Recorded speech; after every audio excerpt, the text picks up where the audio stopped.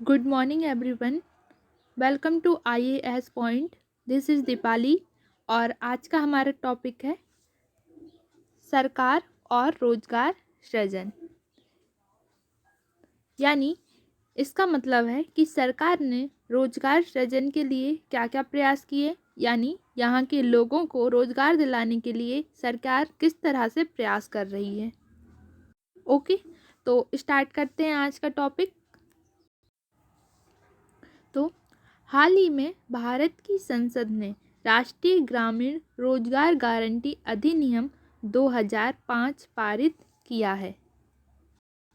तो भारत की संसद ने कौन सा एक्ट चलाया? National rural employment guarantee act 2005 यानी राष्ट्रीय ग्रामीण रोजगार गारंटी अधिनियम 2005 चलाया। यह देश के ग्रामीण परिवारों के सदस्यों को अकुशल श्रमिक के रूप में कार्य करने को 100 दिन का दिहाड़ी उपलब्ध कराने की गारंटी देता है। यानी यह देश के ऐसे लोगों को जिनके पास कोई रोजगार नहीं होता, उन्हें 100 दिन का रोजगार करने की गारंटी देता है कि उन्हें 100 दिन का रोजगार करने का अवसर दिया जाएगा, जिससे वे 100 दिन तक रोजगार करेंगे और उससे पैसा कमाएंगे। ग्रामीण क्षेत्रों में जिन्हें नौकरी की आवश्यकता है, उनके लिए रोजगार के अवसरों का सृजन करने के लिए यह सरकार द्वारा संचालित अनेक उपायों में से एक है। यानी क्या होता है ना, जो गांव के लोग होते हैं उन्हें नौकरी की ज़रूरत होती है और उन गांव के लोगों के लिए रोजगार देने के लिए सरकार ने ये नियम चलाया ताकि उन्हें रोजगार का अवसर मिल सके और वो अपना जीवन यापन कर सकें। नेक्स्ट, स्वतंत्रता प्राप्ति के बाद से संघीय और राज्य सरकारें रोजगार सृजन हेतु अवसरों की रचना करने में बहुत महत्वपूर्ण भूमिका निभाती आ रही हैं। मतलब जब से हमारा देश आज़ाद हुआ है, तब से ही फेडरल गवर्नमेंट और स्टेट गवर्नमेंट यानी संघीय और राज्य सरकार दोनों ही क्या प्रयास कर रही हैं कि लोगों को रोजगार मिल सके, बेरोजगारी ना हो, और इसमें वे अपनी महत्वपूर्ण भूमिका निभा रही हैं। काय में? रोजगार सृजन हेतु अवसर, यानी रोजगार सृजन के अवसर दिए जाएं, लोगों को रोजगार के अवसर मिल सकें, इसके लिए वे अपनी महत्वपूर्ण भूमिका निभा रही हैं। कौन निभा रही हैं? राज्य सरकार और संघीय सरकार। इनके प्रयासों को दो वर्गों में विभाजित किया जाता है, प्रत्यक्ष तथा अप्रत्यक्ष। प्रत्यक्ष यानी एविडेंट यानी डायरेक्ट, यानी जो हमें दिखाई देता है। अप्रत्यक्ष यानी इनडायरेक्ट, यानी जो हमें दिखाई नहीं देता। तो यहाँ पे क्या हो रहा है, स्वतंत्रता प्राप्ति के बाद से संघीय और राज्य सरकार जो रोजगार के सृजन के लिए जो प्रयास कर रही हैं, वो प्रयास दो तरह से कर रही हैं। एक तो प्रत्यक्ष जो हमें दिखाई दे रहे हैं, और अप्रत्यक्ष जिन्हें हम देख नहीं पा रहे हैं। जैसे कि आपने पिछले अनुभाग में पढ़ा कि प्रथम श्रेणी में सरकार अपने विभिन्न विभागों में प्रशासकीय कार्यों के लिए नियुक्ति करती है। प्रथम श्रेणी में सरकार क्या करती है? अपने विभाग में प्रशासकीय कार्यों के लिए अफसरों की नियुक्ति करती है। और क्या होता है, सरकार अनेक उद्योग, होटल और परिवहन कंपनियां भी चला रही है। इन सब में भी यह प्रत्यक्ष रूप से रोजगार प्रदान करती है। यानी सरकार क्या करती है, अपने विभाग में प्रशासनिक पद पर अधिकारियों की नियुक्ति कर रही है। अनेक उनकी होटलें हैं जिनमें वर्कर्स को काम दे रही है, परिवहन कंपनियां भी चला रही है, उद्योग भी हैं। तो इन सब में वो जो काम देती है, मतलब वर्कर्स लगाती है, रोजगार देती है लोगों को, ये सब कैसे हैं? प्रत्यक्ष रूप से हमें दिखाई दे रहे हैं।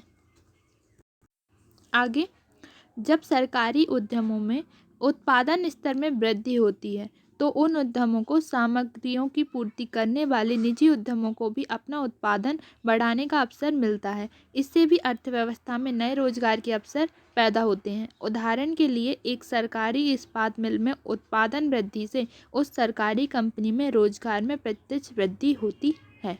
मतलब जब क्या होता है, सरकारी उद्यमों में उत्पादन स्तर में वृद्धि होती है, यानी जो सरकार के उद्यम हैं उनमें उत्पादन यानी उनके जो उद्यम हैं उनमें कार्य वृद्धि होती है, उत्पादन यानी उनकी प्रोग्रेस होती है। तो उन उद्यमों को सामग्रियों की पूर्ति करने वाले निजी उद्यम को भी अपना उत्पादन बढ़ाने का अवसर मिलता है। तो जब सरकार के उद्यम में वृद्धि होती है तो उससे जो निजी उद्यम, जो छोटे छोटे उद्यम होते हैं ना, उन्हें भी अपना व्यापार बढ़ाने का मौका मिलता है। इससे भी अर्थव्यवस्था में नए रोजगार के अवसर पैदा होते हैं। उदाहरण के लिए एक सरकारी इस्पात मिल में उत्पादन वृद्धि से उस सरकारी कंपनी में रोजगार में प्रत्यक्ष वृद्धि होती है। जैसे कि एक सरकारी कंपनी है, उसके उत्पादन में वृद्धि होने से उस सरकारी कंपनी में रोजगार में प्रत्यक्ष वृद्धि होती है। साथ ही उस इस्पात मिल को उत्पादनों की पूर्ति करने वाली और उससे इस्पात खरीदने वाली निजी कंपनियों को भी अपने अपने उत्पादन और रोजगार बढ़ाने का अवसर मिल जाता है। क्या होता है ना कि जब सरकारी कंपनी के उद्योग के उत्पादन में वृद्धि हो रही है तो उसके साथ क्या होता है, उत्पादन की पूर्ति करने वाली और इस्पात खरीदने वाली छोटी छोटी कंपनियों को भी रोजगार में, उनके रोजगार में वृद्धि होने लगती है। जिससे क्या होती, सरकार उनकी अप्रत्यक्ष रूप से हेल्प कर रही है। मतलब ये काम दिखाई नहीं दे रहा कि सरकार को ज़रूरत है तो छोटी छोटी कंपनियों की भी वृद्धि हो रही है, तो ये चीज़ हमको दिखाई नहीं देती।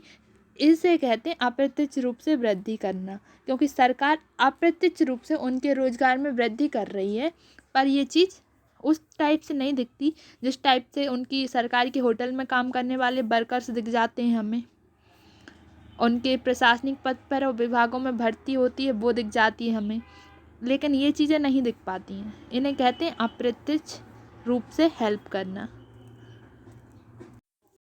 आगे आपने अध्याय 4 में ध्यान दिया होगा कि सरकारों द्वारा गरीबी निवारण के लिए चलाए जा रहे अनेक कार्यक्रमों का क्रियान्वयन भी रोजगार सृजन के माध्यम से ही होता है। मतलब जो सरकार गरीबी निवारण के लिए जितने भी कार्यक्रम चलाती है उन्हें कार्य में लाने के लिए क्या करना पड़ता है, रोजगार सृजन करना पड़ता है। यानी कि सरकार गरीबी निवारण के लिए जितने भी कार्यक्रम चला रही है कहीं ना कहीं रोजगार सृजन के द्वारा ही वह काम में आ रहे हैं। उन्हें रोजगार सृजन कार्यक्रम भी कहा जाता है। क्यों कहा जाता है? क्योंकि जब रोजगार सृजन यानी लोगों को रोजगार मिलेगा तो उनकी गरीबी तो ऑटोमेटिक ही दूर होगी ना। आगे इस तरह के कार्यक्रम केवल रोजगार ही उपलब्ध नहीं कराते, इनके सहारे प्राथमिक जनस्वास्थ्य, प्राथमिक शिक्षा, ग्रामीण आवास, ग्रामीण जलापूर्ति, पोषण, लोगों की आय तथा रोजगार सृजन करने वाली परिसंपत्तियां खरीदने में सहायता, दिहाड़ी रोजगार के सृजन के माध्यम से सामुदायिक परिसंपत्तियों का विकास, गृह और स्वच्छता सुविधाओं का निर्माण, गृह निर्माण के लिए सहायता, ग्रामीण सड़कों का निर्माण और बंजर भूमि आदि के विकास के कार्य पूरे किए जाते हैं। तो क्या है ना कि जो गरीबी निवारण के लिए जो चीज़ें, जो स्कीम्स चलाई जाती हैं गवर्नमेंट के द्वारा और जो रोज़गार देने के लिए भी जो स्कीम्स चलाई जाती हैं वो सिर्फ रोज़गार तक ही सीमित नहीं है। उनसे क्या होता है, प्राथमिक जनस्वास्थ्य, प्राथमिक शिक्षा, ग्रामीण आवास लोगों के रहने के लिए, ग्रामीण जलापूर्ति, पोषण, लोगों की आयु तथा रोजगार सृजन करने वाली पारंपरिक परिसंपत्तियां खरीदने में सहायता, दिहाड़ी रोजगार के सृजन के माध्यम से सामुदायिक परिसंपत्तियों का विकास भी होता है, गृह और स्वच्छता सुविधाओं का निर्माण भी होता है, गृह निर्माण के लिए सहायता भी मिलती है और ग्रामीण सड़कों का निर्माण भी होता है और बंजर भूमि आदि के विकास के कार्य भी पूरे किए जाते हैं। किसके द्वारा? रोजगार सृजन के द्वारा चलाए गए कार्यक्रमों के द्वारा। It's clear. हमारा ये टॉपिक यहाँ ख़त्म होता है। क्या था हमारा टॉपिक? सरकार और रोजगार सृजन। ठीक है, तो सरकार किस तरह से हेल्पफुल है ये समझ में आ गया होगा। प्रत्यक्ष और अप्रत्यक्ष दो तरह से सरकार हमारी हेल्प करती है। कुछ जो हेल्प करने के तरीके होते हैं सरकार के वो हम देख लेते हैं और कुछ हम नहीं देख पाते हैं। ठीक है, तो ये हमारा टॉपिक होता है यहाँ पे ख़त्म। और हमारा नेक्स्ट टॉपिक क्या है? निष्कर्ष। निष्कर्ष कुछ अलग से नहीं है। इस चैप्टर को हमने पढ़ा और चैप्टर को पढ़ने के बाद जो इस चैप्टर का निष्कर्ष निकला है वही निष्कर्ष है। तो स्टार्ट करते हैं इस टॉपिक को। भारत की श्रम बल संरचना में परिवर्तन आ चुका है। सेवा क्षेत्र में रोजगार के नए अवसरों का सृजन हो रहा है, यानी भारत की जो संबल संरचना थी वो परिवर्तित हो चुकी है। सेवा क्षेत्र में रोजगार के नए अवसरों का सृजन हो रहा है, यानी जो सेवा क्षेत्र था उसमें रोजगार के नए नए अवसरों का सृजन हो रहा है, मतलब नए नए अवसर आ रहे हैं रोजगार के लिए। सेवा क्षेत्र का विस्तार तथा इनमें नई प्रौद्योगिकी के प्रादुर्भाव का कारण अब निर्बाध रूप से लघु उद्योग तथा कुछ विशिष्ट उपक्रम तथा विशेषज्ञ श्रमिक ही बहुराष्ट्रीय कंपनियों से प्रतिस्पर्धा में टिक सकते हैं। कार्य की आउटसोर्सिंग एक सामान्य बात हो गई है। मतलब जो सेवा क्षेत्र है, यानी जो सेवा वाला क्षेत्र है, उसमें विस्तार का कारण क्या हो सकता है? ये हो सकता है कि उसमें आई जो नई प्रौद्योगिकियां हैं, प्रादुर्भाव है, और उसका कारण क्या है? लघु उद्योग, यानी छोटे छोटे उद्योग बड़ा रूप ले रहे हैं। ठीक है, बहुराष्ट्रीय कंपनियों से संपर्क हो रहा है। कार्य की आउटसोर्सिंग एक सामान्य बात हो गई है। आगे, इसका तात्पर्य यह है कि एक बड़ी फर्म के लिए यह लाभप्रद है कि वह अपने विशिष्ट विभागों जैसे विधि, कंप्यूटर प्रोग्रामिंग या ग्राहक सेवा अनुभाग को बंद कर छोटे उद्यमियों को बड़े पैमाने पर छोटे रोजगार उपलब्ध कराएं, जो दूसरे देशों में भी स्थित हो सकता है। यानी एक बड़ी फर्म के लिए ये लाभप्रद है। फर्म यानी जैसे एक कंपनी मान लेते हैं, एक बड़ी फर्म के लिए ये लाभप्रद है, यानी ये उसका एडवांटेज है। वह क्या काम करे कि अपने जैसे छोटे छोटे अपने काम जैसे विधि, कंप्यूटर प्रोग्रामिंग या ग्राहक सेवा अनुभाग, इन सब को बंद करके वह क्या करे, छोटे उद्यमियों को बड़े पैमाने पर छोटे छोटे रोजगार उपलब्ध कराएं, जो क्या करें कि दूसरे देशों में भी स्थित हो सकता है। जो वो अगर चाहें तो ये दूसरे देशों में भी स्थित कर सकते हैं, लेकिन इसकी शुरुआत तो करें। आधुनिक कारखानों की परंपरागत अवधारणा इस प्रकार बदल रही है कि घर ही कार्यस्थलों में परिवर्तित हो रहे हैं। मतलब आधुनिक जो कारखाने हैं उनकी परंपरागत अवधारणा इस तरह से बदल रही है कि आजकल लोग क्या करने लगे हैं, अपने घर ही में अपने कार्यस्थल बनाने लगे हैं। घर में ही वो अपना ऑफिस बना लेते हैं और अपना काम करने लगे हैं। यह समस्त परिवर्तन व्यक्तिगत श्रमिक के पक्ष में नहीं हो रहा है। मतलब ये जितने भी परिवर्तन है ये केवल किसी एक इंसान के लिए नहीं है, यानी किसी के लिए व्यक्तिगत नहीं है। श्रमिकों को न्यूनतम सामाजिक सुरक्षा की उपलब्धता के कारण रोजगार का स्वरूप और अधिक अनौपचारिक हो गया है। यानी श्रमिकों की न्यूनतम सामाजिक सुरक्षा, यानी वो अपनी सामाजिक सुरक्षा खुद करें, इसकी उपलब्धता के कारण रोजगार का स्वरूप और अधिक अनौपचारिक हो रहा है या हो ही गया है। इसके बावजूद पिछले 2 दशकों में सकल घरेलू उत्पाद यानी जीडीपी में तीव्र वृद्धि हुई है। इस सब के बाद भी सकल घरेलू उत्पाद में तीव्र वृद्धि हुई है, लेकिन इसके साथ ही रोजगार के अवसरों का सृजन होने के कारण सरकार को विशेष तौर से ग्रामीण क्षेत्रों में रोजगार के अवसरों का सृजन करने के लिए बाध्य होना पड़ा। लेकिन क्या हुआ है कि इसके साथ ही रोजगार के अवसरों का सृजन नहीं होने के कारण, यानी इसके साथ रोजगार के अवसरों का सृजन नहीं हुआ, इसलिए सरकार को विशेष तौर से ग्रामीण क्षेत्रों में रोजगार के अवसरों का सृजन करने के लिए बाध्य होना पड़ा। जीडीपी तो बढ़ी लेकिन रोजगार सृजन नहीं हुआ, यानी रोजगार का सृजन ना हुआ। इसके कारण सरकार ने क्या किया, ग्रामीण क्षेत्रों में उन्होंने सोचा कि ग्रामीण क्षेत्रों में रोजगार का सृजन किया जाए, और इसके लिए वो बाध्य हुए और ग्रामीण क्षेत्र में रोजगार सृजन के लिए योजनाएं चलाई गई। अब आगे क्या है, पुनरावर्तन, यानी हमने इस चैप्टर में जो चीज़ें पढ़ी हैं उन्हें शॉर्ट में हम यहाँ पर याद करते हैं कि हमने क्या पढ़ा था। ठीक है,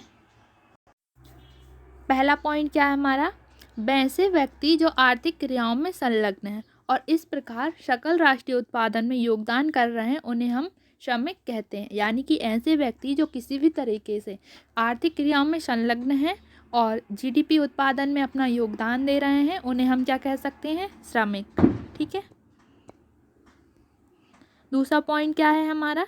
देश की जनसंख्या के 5 में से 2 व्यक्ति विभिन्न आर्थिक क्रियाओं में लगे हैं। यानी देश की जनसंख्या के 5 में से हर 2 व्यक्ति कहाँ लगे हुए हैं? विभिन्न प्रकार की आर्थिक क्रियाओं में। ठीक है। तीसरा पॉइंट क्या है हमारा? मुख्यतः ग्रामीण पुरुष देश के संबल का सबसे बड़ा वर्ग है। यानी कि देश के संबल का सबसे बड़ा वर्ग कौन है? ग्रामीण पुरुष। यानी सबसे ज़्यादा योगदान किसका है? ग्रामीण पुरुष का, जो कि एक कृषक भी होता है और मजदूर भी होता है। ठीक है। नेक्स्ट पॉइंट, चौथा पॉइंट क्या है? भारत में अधिकांश श्रमिक स्वनियोजित हैं। अनियत दिहाड़ी मजदूर तथा नियमित वेतनभोगी कर्मचारी मिलकर भी भारत की समस्त श्रम शक्ति के अनुपात के आधे से भी कम ही रह जाते हैं। यानी भारत के जो अधिकांश यानी कि ज़्यादा से ज़्यादा श्रमिक हैं वो कौन है? स्वनियोजक, यानी कि कृषि वगैरह करने वाले। अनियत दिहाड़ी मजदूर तथा नियमित वेतनभोगी कर्मचारी मिलकर भी उतने नहीं हो सकते जितने कि कितने हैं? कौन है? स्वनियोजक श्रमिक हैं। ठीक है। श्रम शक्ति के अनुपात के आधे भी नहीं हो पाएंगे। कौन नहीं हो पाएंगे? अगर दिहाड़ी मजदूर और नियमित वेतनभोगी मजदूर को मिला दिया जाए तो भी वो उतने नहीं हो पाएंगे। कितने? श्रम शक्ति के आधे भी नहीं हो पाएंगे। पांचवा पॉइंट क्या है हमारा? भारत के कुल श्रम बल का लगभग 5 से भी 3 श्रमिक कृषि और संबद्ध कार्यों से ही अपनी आजीविका प्राप्त करता है। यानी भारत के कुल श्रम बल का लगभग 5 में से 3 श्रमिक, यानी हर 5 में से 3 इंसान क्या करते हैं? कृषि ही करते हैं और कृषि से ही अपने जीवन को जीते हैं। छठा पॉइंट क्या है? हाल के कुछ वर्षों से रोजगार वृद्धि में शिथिलता आई है। यानी हाल के कुछ वर्षों से रोजगार वृद्धि रुक सी गई है। छठा पॉइंट क्या है? सुधारोपरांत भारत में सेवा क्षेत्र में नए रोजगार के अवसरों का उदय हुआ है। ये नए रोजगार मुख्यतः अनौपचारिक क्षेत्र के ही अंतर्गत आते हैं तथा इनके कार्य की प्रकृति अधिकांशतः अनियत है। यानी सुधार उपरांत यानी सुधार करने के बाद भारत में सेवा क्षेत्र में नए रोजगार के अवसरों का उदय हुआ। ये रोजगार काय में आते हैं? अनौपचारिक क्षेत्र के अंतर्गत, और इनकी प्रकृति कैसी है? अनियत। नेक्स्ट पॉइंट, सरकार देश में सबसे बड़ा औपचारिक क्षेत्रक नियोक्ता है। देश का सबसे बड़ा औपचारिक क्षेत्रक नियोक्ता कौन है? सरकार। ठीक है। नेक्स्ट पॉइंट, प्रच्छन्न बेरोजगारी ग्रामीण बेरोजगारी का आम प्रकार है। यानी ग्रामीण बेरोजगारी में कई प्रकार की बेरोजगारी होती हैं, पर प्रच्छन्न बेरोजगारी उनमें से एक आम बेरोजगारी है। नेक्स्ट पॉइंट, भारत की श्रम बल की संरचना में बड़ा परिवर्तन आया है, सबको पता है।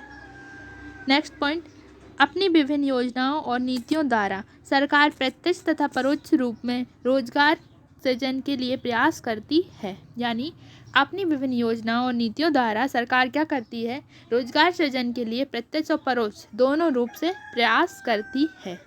वो नई नई योजनाएं चलाती हैं, नई नई नीतियाँ चलाती हैं जिससे बेरोजगार लोगों को रोजगार मिल सके और वो अपने जीवन को अच्छी तरह से यापन कर सकें। तो ये था हमारा चैप्टर रोजगार समृद्धि, औपचारीकरण और अन्य मुद्दे, जो कि हमारा चैप्टर हो गया है कंप्लीट। कल से हम या तो न्यू चैप्टर पढ़ेंगे, चैप्टर 8, या फिर हम इस चैप्टर से रिलेटेड क्वेश्चंस को सॉल्व करेंगे, उनके आंसर्स पर ध्यान देंगे। थैंक यू वेरी मच और हैव अ नाइस डे।